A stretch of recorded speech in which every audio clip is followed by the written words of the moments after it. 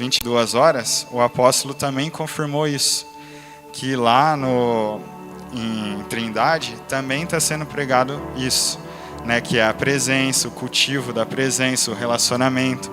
Então, assim, isso mostra que nós, como um corpo, né, corpo de Cristo, e o mesmo Espírito está sendo entregue a mesma mensagem para as igrejas. Então, nós temos que ter esse zelo com o que está sendo entregue para nós. Então, se isso é algo que está sendo falado, né, no corpo de Cristo, nós temos que nos atentar a estes temas. Né? Então, se você pegar lá o caminho que eles fizeram, né, para o Transbordai, morte, pastora Miriam, Jesus não procura por multidões, e sim pessoas que desejam ser seus discípulos. Aqui foram até aquelas frases que a mídia usou, né, nas publicações, né? Então vocês podem conferir lá. Então ele procura pessoas que são seus discípulos, relacionamento, né? Até daqui 15 dias eu vou falar também sobre isso aí, sobre discípulos, né? Ruptura, apóstolo Alexandre. Não haverá rompimento sem rendição e respostas. Você se rende e dá respostas ao Senhor, relacionamento. Desenvolvimento, pastor Marcel. A obediência geram bênçãos. Então, para ter a ruptura, as respostas, a obediência vai gerar bênçãos em nossas vidas. Frutificação, pastor Adriane. Precisamos estar conectados à videira. Maturidade, pastor Alan. Maturidade é tirar tudo de nós e colocar tudo de Cristo em nós. Transbordo, apóstolo Alexandre. Só acessamos o trono quando passamos pela cruz. Então, o que eu vou propor aqui hoje? Nós falarmos sobre relacionamento e sobre cultivo, que são as duas coisas que têm sido o assunto que está permeando agora na nossa igreja. Né? Então, o que é relacionamento? Quando a gente vê lá em Gênesis 2:18, nós vemos assim: então o Senhor Deus declarou: não é bom que o homem esteja só. Farei para ele alguém que o auxilie e lhe corresponda. Aqui a gente já vê que Deus valoriza relacionamento, né? E o que é relacionamento? É a ligação, conexão, vínculo, comunicação, convivência, afeto, respeito, confiança e cuidado mútuo entre duas pessoas. Quando a gente olha para Deus, a gente vê a Trindade, né, que é o relacionamento perfeito entre unidade e unanimidade. Né, o apóstolo fala sempre isso. Unidade, todas as batatas dentro do mesmo saco. Purê de batata, unanimidade. Todo mundo é a mesma coisa. Então, por exemplo, quando a gente tem esse espírito em nós, todas as mensagens que vierem vão ser o mesmo coração, vão ter a mesma pegada, vai ter o mesmo coração, o mesmo revelação, a mesma aquela por trás assim da mensagem vai ser sempre a mesma coisa. Então nós temos que ter isso em nós, que o relacionamento é a partir do momento em que nós entramos em unidade e unanimidade. Né? Em João 14:26 diz assim: mas o Consolador, o Espírito Santo, que o Pai enviará em meu nome, lhes ensinará todas as coisas e lhes fará lembrar tudo o que lhes disse. Aqui nós vemos certinho isso. O Pai envia, né?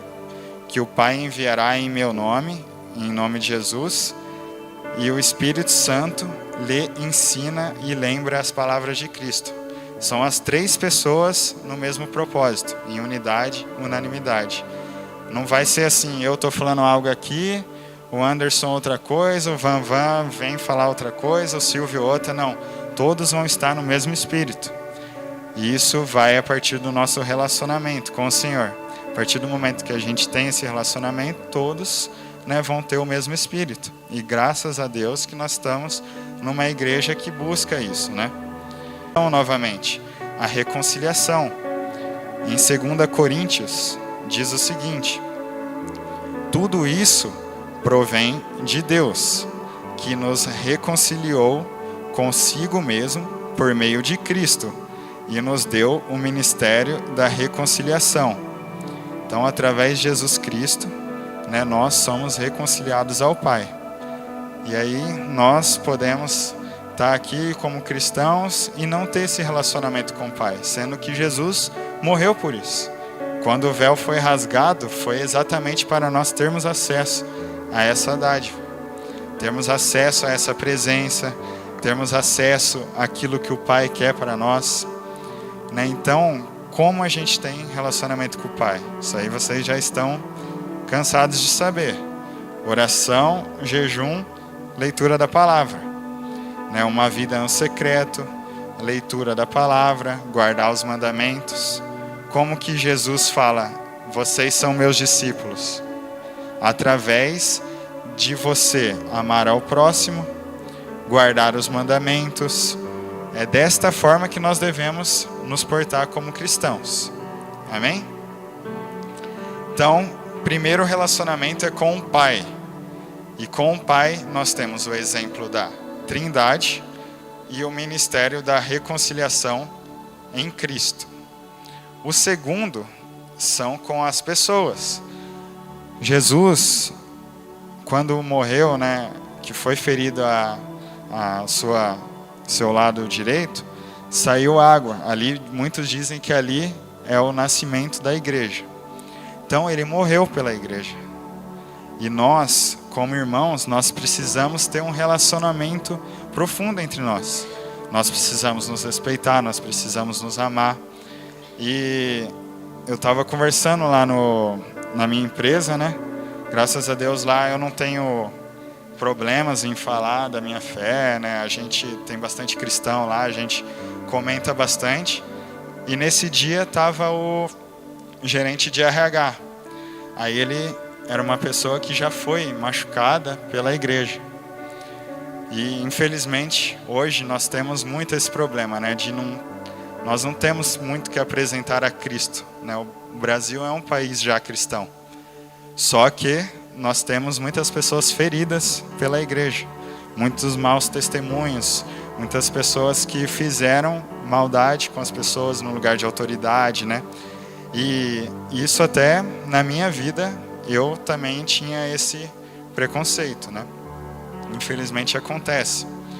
E aí falando com ele, eu perguntei assim para ele: mas você não faz uma entrevista, você não pede o currículo, você pede as experiências, você pede uma carta de recomendação, você pede estudo, você pede um monte de coisa e pode fazer o quê? Contratar errado ainda, né? Aí imagina numa igreja que é para ser aberta a todos. Então vão ter pessoas de todos os tipos aqui. E aí nós temos que ter isso na nossa mente, que nós somos, né, falam que é um hospital, né? Nós temos que tratar essas pessoas. Nós temos que ser receptivos, temos que amar uns aos outros. Porque senão, se a gente for julgar aos olhos do ser humano, olha o que poderia ter acontecido aqui, ó. Olha os currículos de Pedro. Pescador impulsivo, explosivo, falava antes de pensar, chegou a negar Jesus. Aos olhos humanos, inconstante, emotivo. Aos olhos de Deus, um líder corajoso que se tornaria um apóstolo importante. Simão, o zelote, nacionalista, radical, participante de um grupo revolucionário. Uma pessoa que poderia matar pela convicção dele. Aos olhos humanos, perigoso, extremista. Aos olhos de Deus, um discípulo transformado pela paz de Cristo. João, chamado de filho do trovão, temperamento forte. Aos olhos humanos, intenso demais. Aos olhos de Deus, o discípulo do amor, sensível e profundo. Então, se a gente fosse julgar com os nossos olhos aqui, nós não escolheríamos nenhum deles. Mas sabe quem a gente escolheria? Judas Iscariotes, aos olhos humanos, organizado, confiável, mestre da palavra, estudioso. E aí? Jesus colocou essa pessoa para cuidar das finanças do ministério dele. E assim, nós vemos na Bíblia pessoas que vão com Jesus, além desses 12, né? Vão muitas pessoas. E lá fala que as mulheres ricas da época davam dinheiro para o ministério de Jesus. Então era bastante grana. E ele administrava isso. Ele era o mais capaz. Porém, o que traiu Jesus.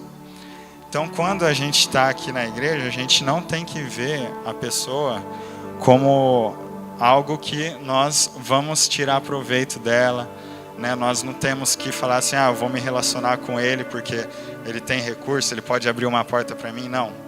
Nós temos que nos relacionar por amor, simplesmente, e por saber que aquela pessoa tem um propósito, Deus colocou algo nela e ali tem algo importante, porque quando Jesus olha para nós, ele não vê a gente lá, pecador, fazendo as nossas coisas erradas. Ele olha para o potencial que a gente tem.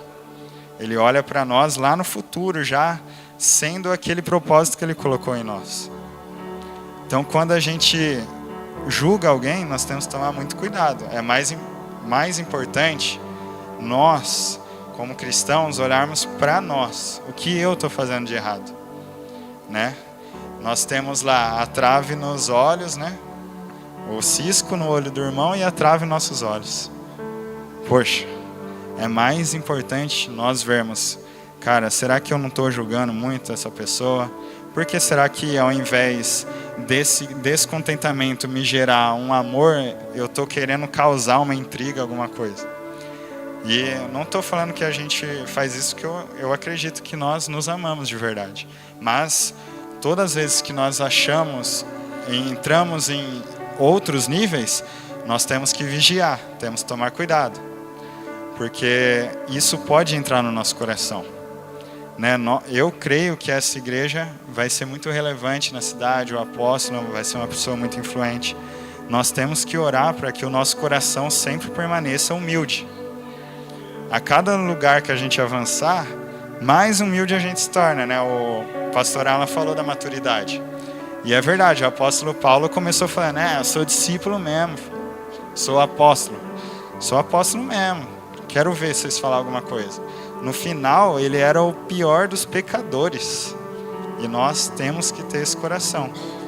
Né? Salomão se perdeu, Davi se perdeu. E, galera, colocar fama, poder, é tudo que a gente pode almejar aos olhos naturais. E isso entra no nosso coração. Satanás, ele não quis nem ser maior que Deus, que ele já sabia que não ia conseguir. Ele quis ser como Deus. E nós não fomos feitos para serem adorados, nós não fomos feitos para ter fama, ser aplaudidos, para nada disso. Nós fomos feitos para adorar. Então, quando nós estivermos nesses lugares, que nós possamos ser cada vez mais humildes. E quando um irmão precisar, que a gente possa ser essa mão auxiliadora. Que nós possamos ajudar os outros. Porque aqui está todo mundo no mesmo propósito, unidade e unanimidade. Se a gente quer chegar lá na Nova Jerusalém, tocar uns louvor da hora para Deus, nós temos que estar juntos para um ajudar o outro. Porque uma hora eu vou ferir o Vanvan, esse cara aí, ó. Eu vou te ferir, velho. E você vai me ferir também. Infelizmente. Vai chegar uma hora que eu vou ferir o Anderson, vou ferir a Leia, vou ferir a Bia, vou ferir a Dai. E vocês vão me ferir. Mas o que nós vamos fazer com essas feridas? Né? Já preguei sobre isso aqui. O que nós vamos fazer com essas feridas? Sendo que Jesus já nos justificou. Tudo Ele já levou por nós. Nós temos que olhar e falar, poxa, Anderson nem comprou picanha para nós, comprou a senha aqui, né, cara? Mas fazer o quê? Eu vou ter misericórdia dele, porque ele pode, na casa dele, estar passando por alguma coisa. Eu vou levar uma picanha, por que não? Não é? É assim que nós temos que tomar esse zelo um pelo outro.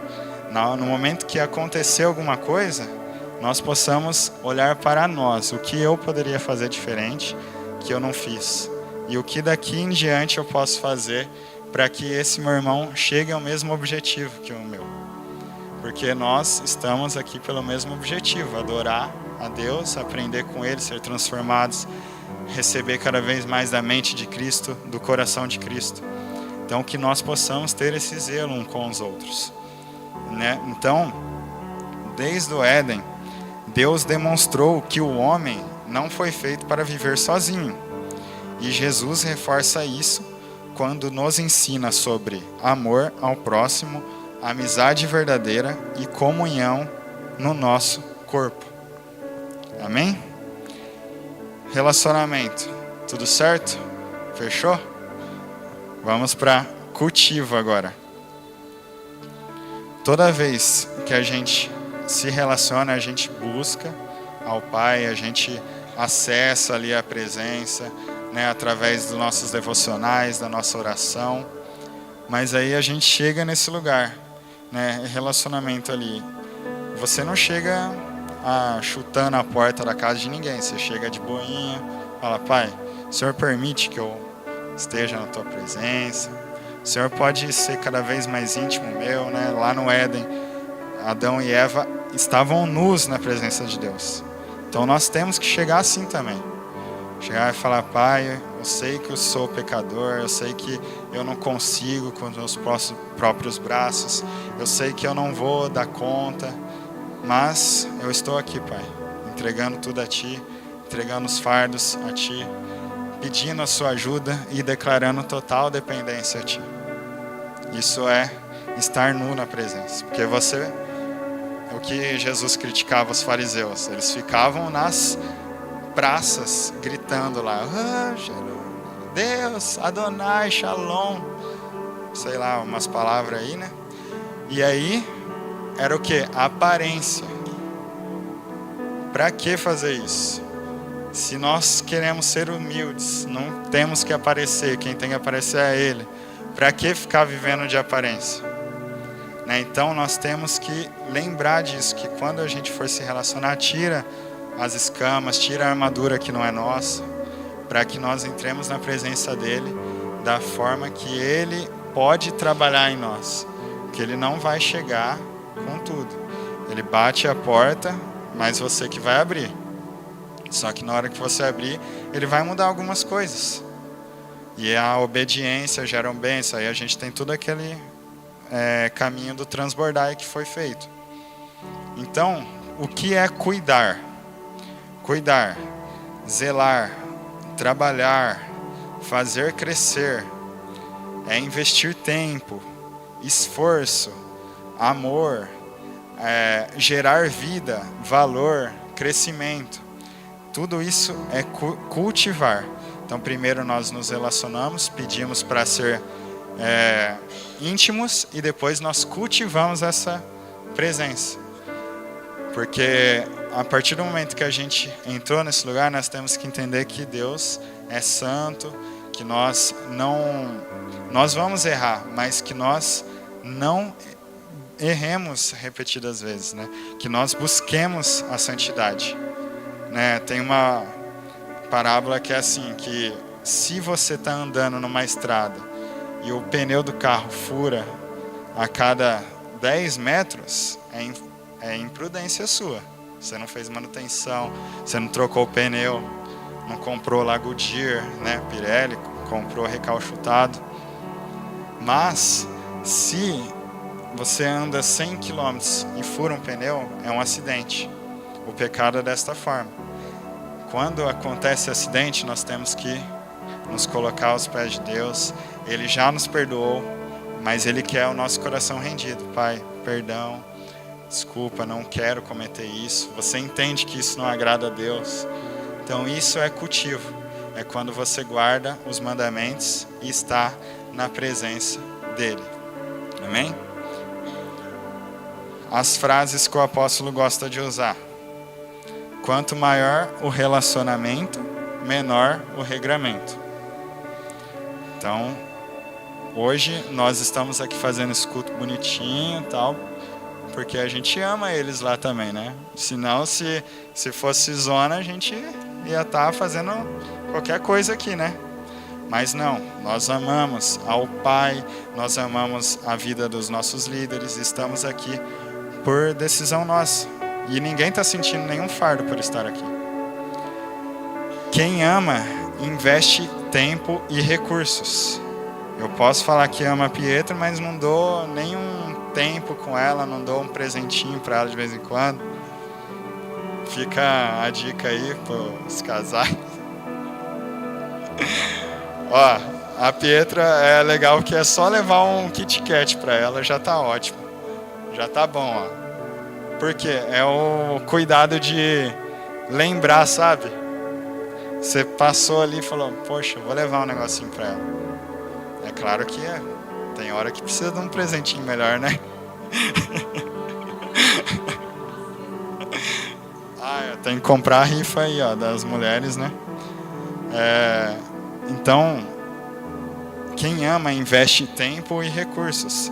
Se eu não tiro um tempinho para ouvir se ela tá bem, como que ela tá, às vezes a pessoa pode estar do nosso lado sofrendo e a gente não tá ouvindo.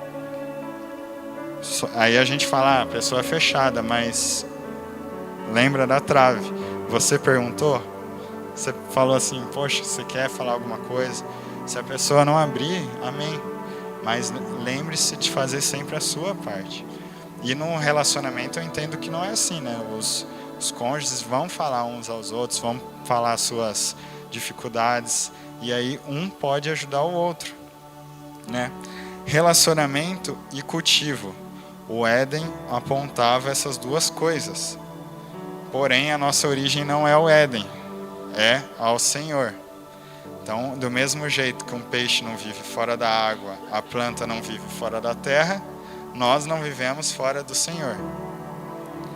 Né? Sem Ele, nós vamos sempre estar patinando.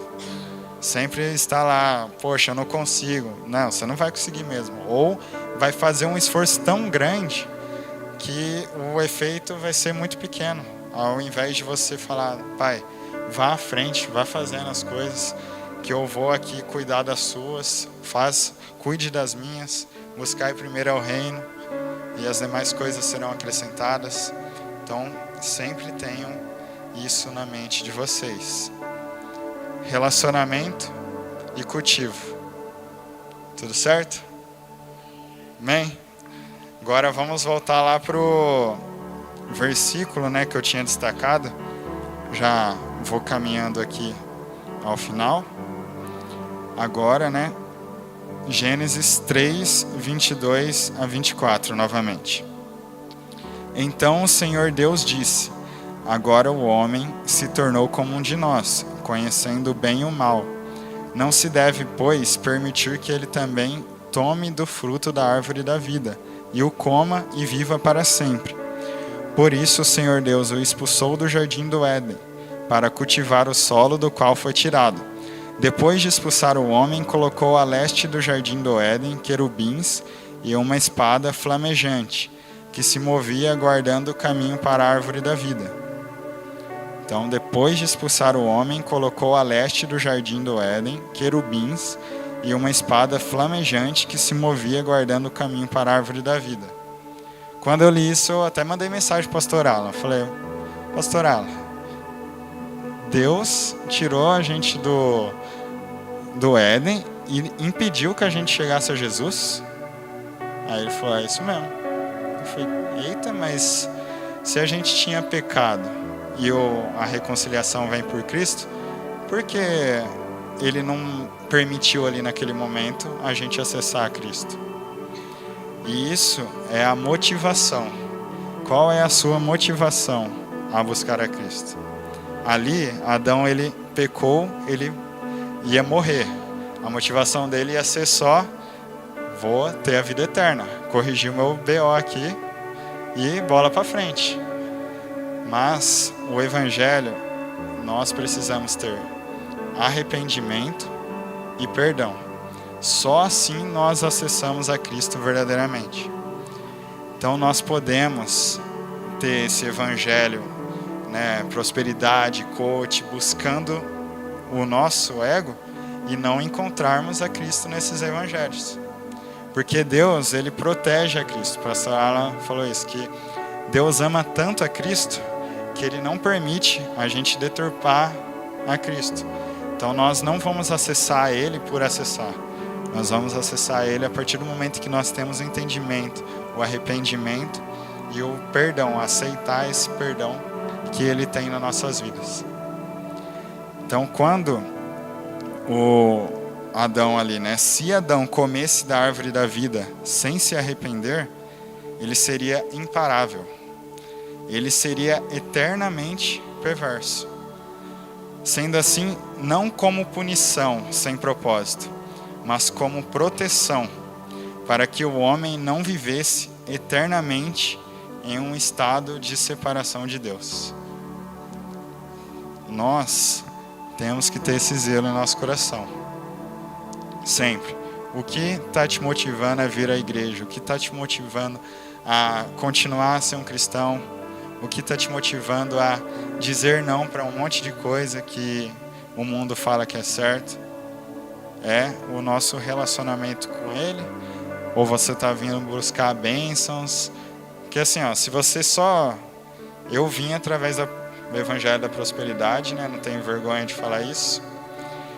Se você ler a Bíblia e aplicar, vai ser top. Sua vida vai melhorar muito. Mas, e a salvação? Então nós temos que ter isso em nossa mente, que quando a gente vem buscar aquilo que não é o correto, Jesus pode não se apresentar para nós, por zelo por nós mesmos e por zelo do amor de Deus com Cristo.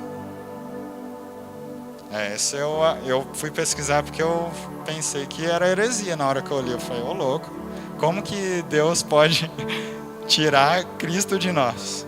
Mas é por conta da motivação. A motivação sempre vai ser o que você está buscando realmente. E Deus sonda todos os corações. Ele sabe. Por isso que nós devemos entrar nu na presença dele. Porque você pode querer enganar a mim, ao apóstolo, a pessoa que está ao seu redor, mas a Deus nós não vamos enganar. Então, ao invés de ter essa vida de aparências, vamos ter uma vida realmente verdadeira, como cristãos mesmo, genuínos. Então, por isso, um evangelho que não fala de arrependimento e perdão, Deus não permite que acessemos a Jesus. Então, qual o caminho para a vida eterna? Pessoal, decida viver uma vida de relacionamento com o Senhor. Decida escolher um evangelho que traz arrependimento, mas também traz o perdão logo em seguida. Um evangelho verdadeiro, o Cristo verdadeiro, aquele que morreu por nós. Sejam pessoas humildes, amáveis, leais uns com os outros. Nós estamos aqui no mesmo propósito. Ninguém aqui é melhor que ninguém por estar em algum cargo ou alguma coisa. Na verdade, quem tem um cargo é o menor. Tem que ser cada vez menor, nós falamos isso. É o que mais serve, é o que mais tem responsabilidade. Mas, uma hora, né, a fé com obras, né, as obras não salvam. Mas a fé com obras é aquilo que mostra realmente o nosso entendimento. É aquilo que carimba, assim, ó, realmente. Ele está entregando a vida por mim. Decidam agradar a Deus. Decidam ter esse relacionamento com Ele, aguardar os mandamentos dEle. Amém? Porque em Romanos 12:2 diz assim, e assim eu encerro. Podem se colocar de pé, a gente vai orar agora.